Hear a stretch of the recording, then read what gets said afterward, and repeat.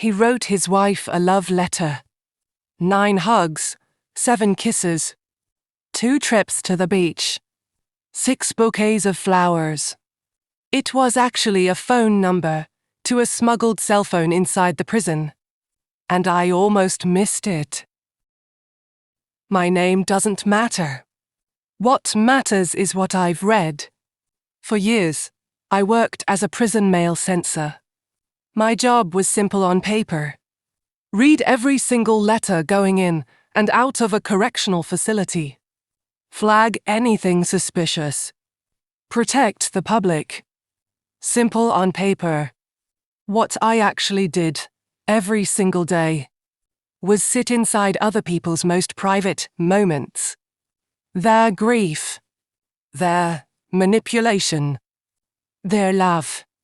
Their desperation. And sometimes, their secrets. Today I'm going to tell you what I saw. Most people don't even know this job exists. Every letter a prisoner sends, and every letter they receive, gets read by someone. Like me before it ever reaches its destination. We're looking for anything that could compromise security, gang communications, coded messages, threats, contraband coordination. We also track patterns. Who writes to who?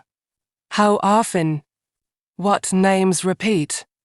If an inmate is flagged for special monitoring, my supervisors can request full reports, who he's writing to.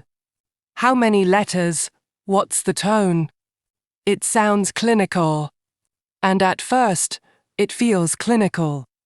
Then you start reading. I wasn't prepared for the love letters. I remember one woman. She had started corresponding with an inmate after he called her by accident. Wrong number. He called again. She picked up. She told me later, it was his smile, I could hear it through the phone. They fell in love through letters. And look, I'm not here to judge that. What surprised me was how real it felt on the page. These weren't desperate people. These were humans reaching for something warm in a cold situation. But I also watched those relationships fall apart, letter by letter. The promises that got smaller. The excuses that got bigger. The silence that crept in when someone on the outside decided they wanted to live. Not just why. I read beginnings. I read endings. And I read all the painful middle parts too. Now, let me tell you about the part of this job that kept me up at night. Inmates are smart. They have nothing but time. And they talk to each other inside those walls, sharing tricks, sharing methods, learning from each other. So they learn to hide things in plain sight. Here's an example. A man writes to his wife. Beautiful letter, romantic, my darling. I give you 9 hugs, 7 kisses. I'll take you onto vacations. Give you 6 bouquets of flowers. Sweet, right? I read it 3 times before it hit me. I wrote the numbers down.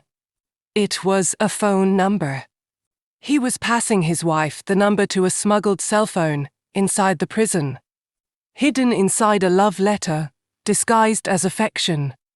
And that's the thing about this job, the scariest moment isn't finding something.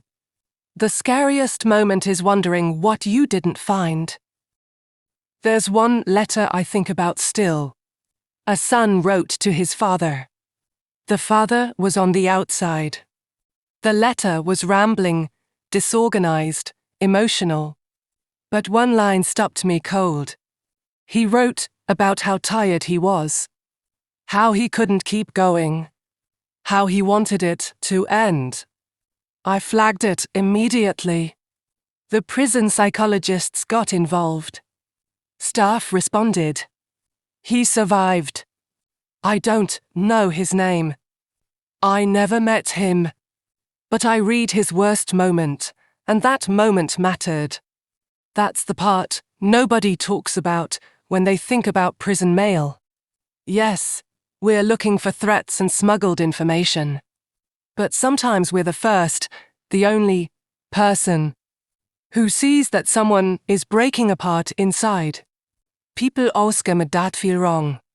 Reading other people's mail? And honestly, yes. Some days, yes. But here's what I know. Words have power inside those walls in a way most of us will never understand. A letter can be the best part of someone's month. It can keep them going. Or it can set something dangerous in motion. I used to write something at the bottom of every outgoing letter. I cleared, not literally, but in my head. I believe in you. But if you walk out of here and make the same choices, I won't follow you back in. You go alone.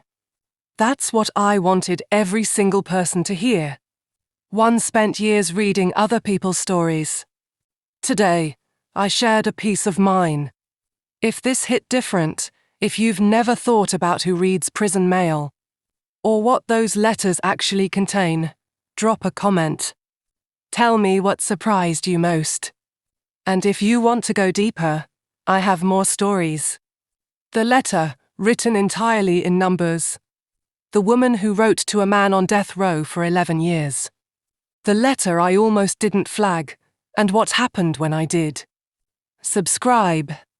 Because the next one gets darker.